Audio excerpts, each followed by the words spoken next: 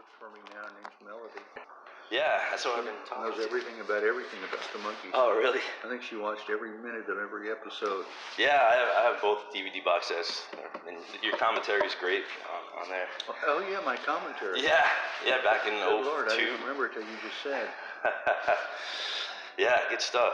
All right, so let's start when you were a teenager in Texas in the 50s. What were you listening to and digging on the radio? Well, radio was a hodgepodge. Right. And we were at a nexus where there was country coming in from Nashville in the east, and western coming from the west, Amarillo, and what was the name of the fiddle player who had that swing band? He was right. What was his name? Oh, if you said it, I'd be like, yep, that's him. Me too, yeah. Anyway, that guy who had the country swing thing wrapped up. Right. But I wasn't too interested in any of that. I listened to it, and it had a cultural resonance for me. But it didn't have a pop resonance or a resonance that would work for me and going about my business, and certainly didn't line me up for anything I was to do later in the Monkees or so forth. It was just I dare not call it noise, but it was on pretty regularly, and I would listen to the songs, but none of them stuck as anything more than just current music. Right, but as far as rock and roll and Elvis, I mean, the Elvis pork chop sideburns. Yeah, well, they weren't from Elvis.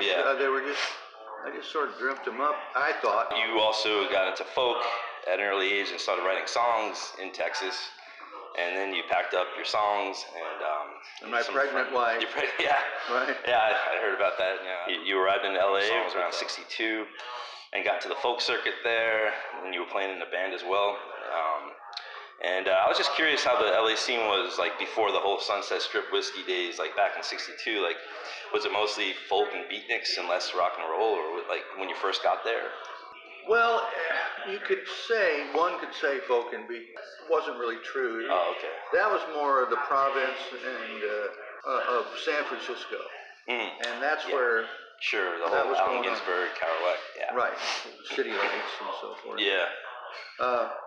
The pop LA scene, I've never seen it described, or I've never seen it, I've never seen it described in any way that I would sign off on. I thought about doing it in Infinite Tuesday, and I thought, well, there's just too much here. You can't do it all. But oddly enough, a lot of the same characters, even though everybody's, ancient by now. You were the hoot master at the legendary Troubadour on Hootenanny Nights. Linda Ronstadt was there and heard you perform different drum.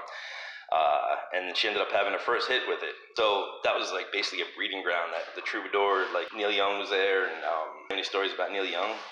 Well, I do. I'm not sure that Neil would be happy with it.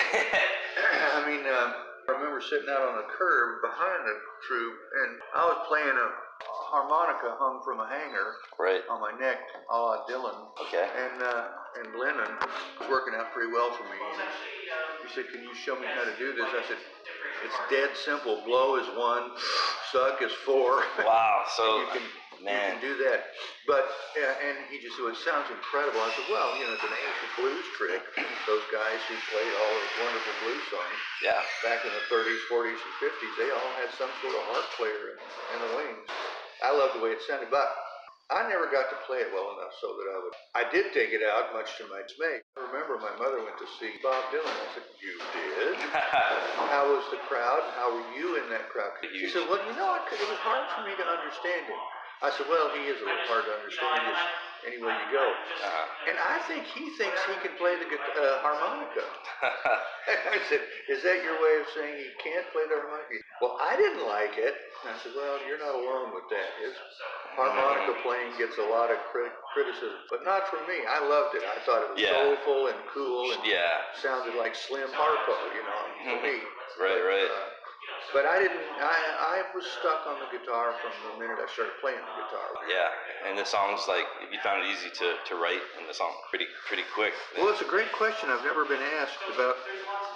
Well, I'm a songwriter too, so I didn't. Somebody had to kind of teach me how to write. Yeah. After years of just playing along with songs. Well, I learned by playing other people's songs. Right. So the structure of the song was almost immediately apparent. And I learned from song books, which tended to be kind of right-wing, white bread songs like Bud and Travis. Not that they're right-wing, right. but the old Grey Goose. Yeah, and very traditional Hound and so forth. And the Kingston Trio. They were huge. And that had these big anthemic songs. Right. And I learned all those, but when I would learn them, the structure of them became apparent. I mean, almost immediately. Yeah. That was what focused me on, this. Right. Even though I didn't know what it was. And I would just do it over and over, comb and rinse and comb and rinse until it sounded right. Right. And I didn't have any other. And you would kind of like put together some chords and like start singing some melodies and see how it works out.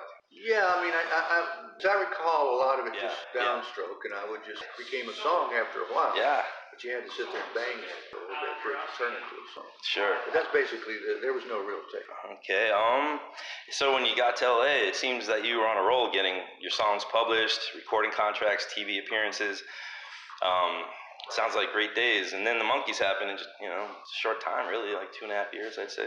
Were you happy? I mean, did you feel like, hey, things are going great? I got, or was it a little bit more like, the classic artist struggle at the same time? Well, it didn't turn into an artist struggle for many years, for like 2 or 3 years, something like that. Oh, it did. So the show was off the air and just the four of us. And being a television property made our origins curious to everybody else. It's like, are you a band or are you a television show? I always had it in my mind that it was live beats, acting beats, where you memorized your line and moved the story along and so on. It wasn't until I got out of that I started a band member, but Peter, we were all in a show.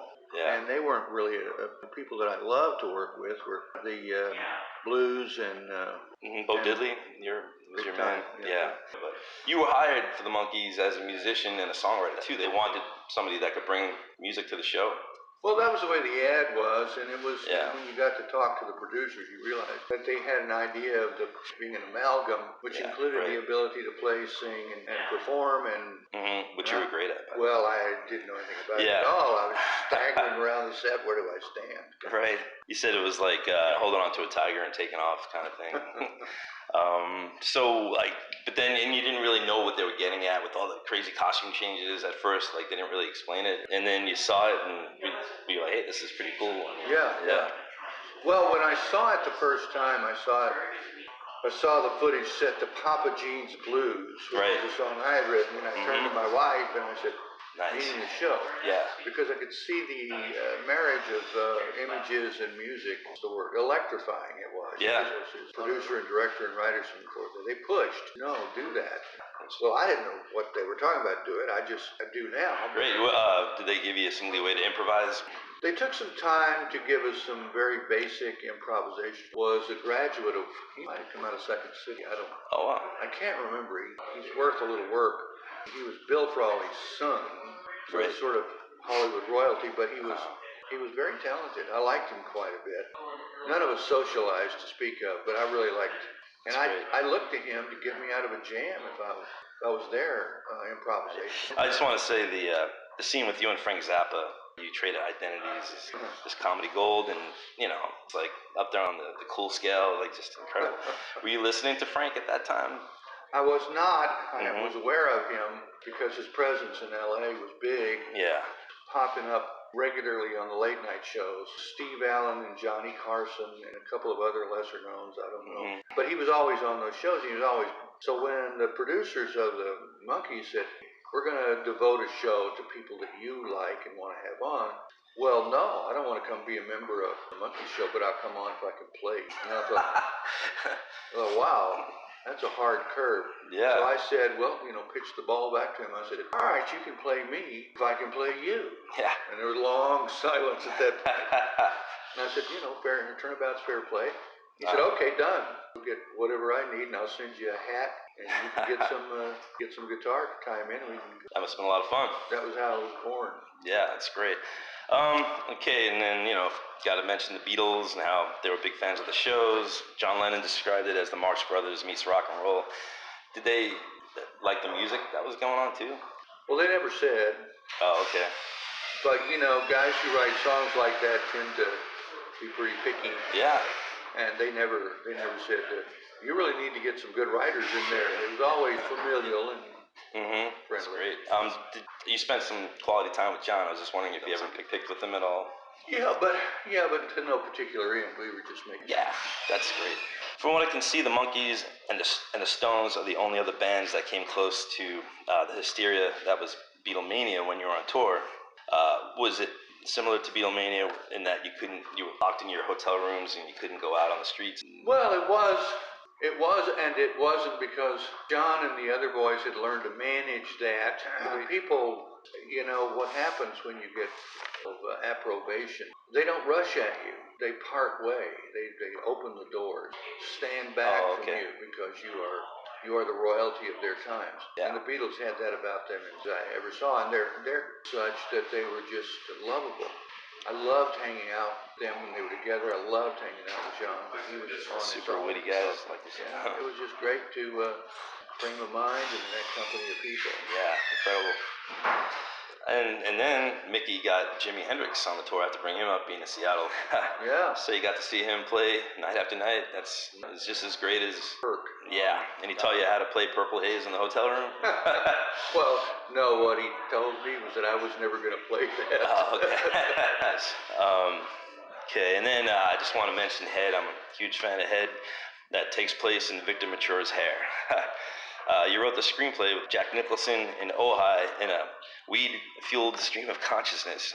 When you were writing this movie, you know, totally out there, I was just wondering if you were intentionally trying to dismantle the plastic TV image and break down the Hollywood studio system to let in the young buck filmmakers, or was it you were just so big you can do whatever you please? Well, I don't think we ever felt that way. I mean, because we were never that big. What we were was a huge television property. Yeah. And the star of any Monkees appearance was television. We had a giant screen in back of us, and we had all the accoutrements of a big television series and so forth, which was odd. It wasn't an exact anomaly, but it was a weird place to be. Sure. Where you were getting all this approbation and attending the same levels of the Beatles. I mean, the Monkees, like, were up there with the Beatles in the charts and whatnot. Well, in terms of the charts, yeah.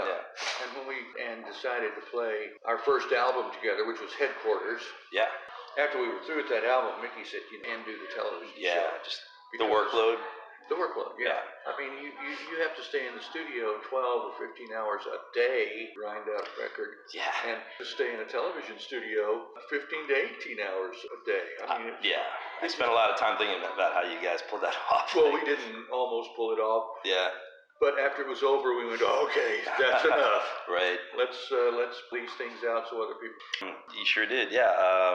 Let's see. Well, I just wanted to mention, like, your scenes in Head are some of my favorites. The foxhole scene with the football player running to the wall. You know, Ray Nitschke. Yeah. And then, it's good commentary on the war. And also the surprise birthday party. Surprise, Mike. and the same thing goes for Christmas. Oh, great stuff. In your new book, Infinite Tuesday, an autobiographical riff, you mentioned the phrase personal Las Vegas, where you become a parody of yourself. Is there a connection with Head? Because you guys were... Yeah, Head was the death knell. Yeah. That was it. It's like turning into its own personal Las Vegas. Right. Abandoned ship. Was the show already canceled? Yeah. Yeah. I think it was off the air. Oh, okay. I see. In the 80s, you were a pioneer of music video with Elephant Parts, a key player in the invention of MTV, executive producer on the TV show Television Parts, and executive producer on films like classics like Repo Man and Tapeheads. In your book, you talk about something called, I guess we're talking about this now, the easy speed, where doing a hard thing and making it look easy. You definitely were riding at this speed in the 80s. I was just riffing on this question, I guess. Anyway, so the question would be, any plans for any more film and television projects in the future? Well, it has an opposite side. You could ask this way: do you plan on not doing any more movies? The answer is no.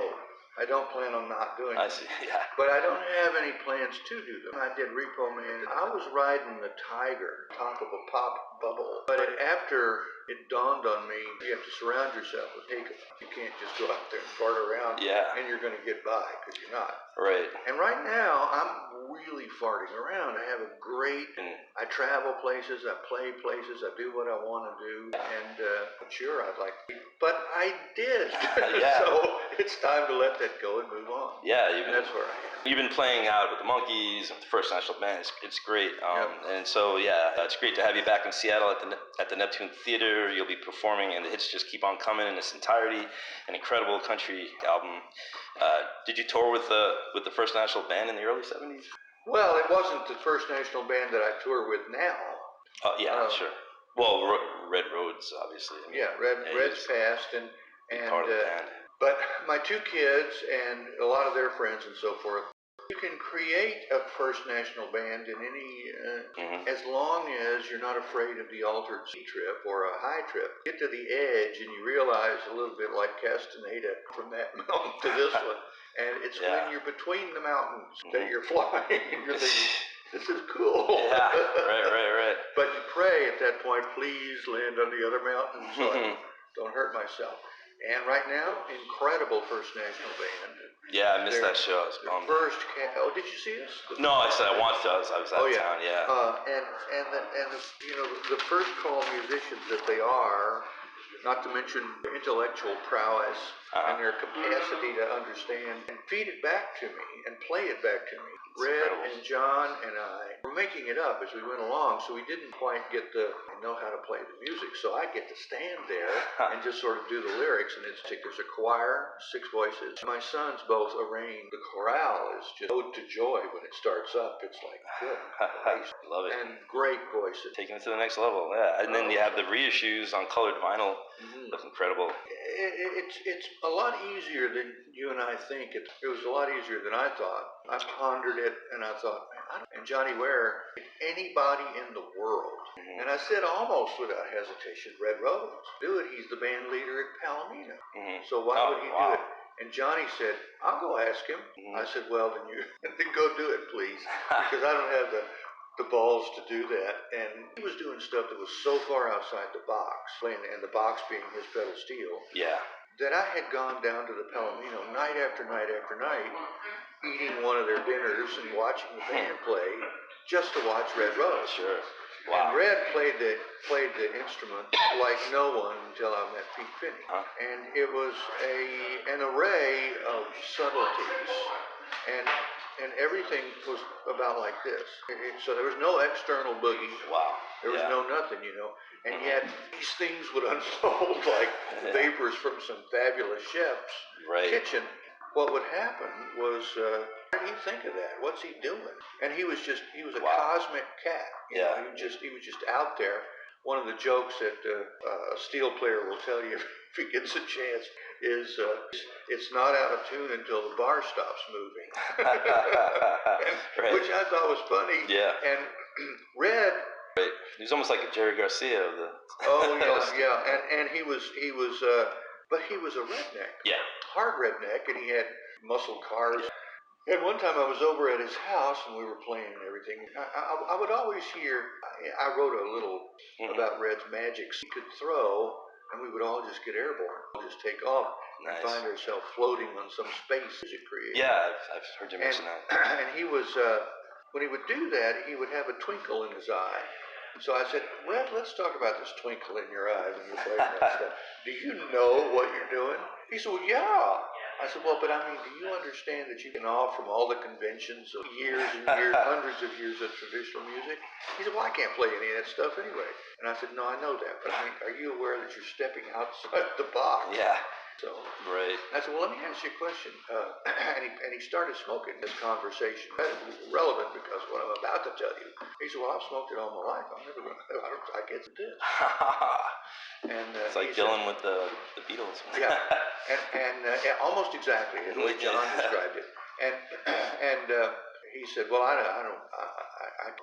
have 100 plants. I said, you have 100 plants?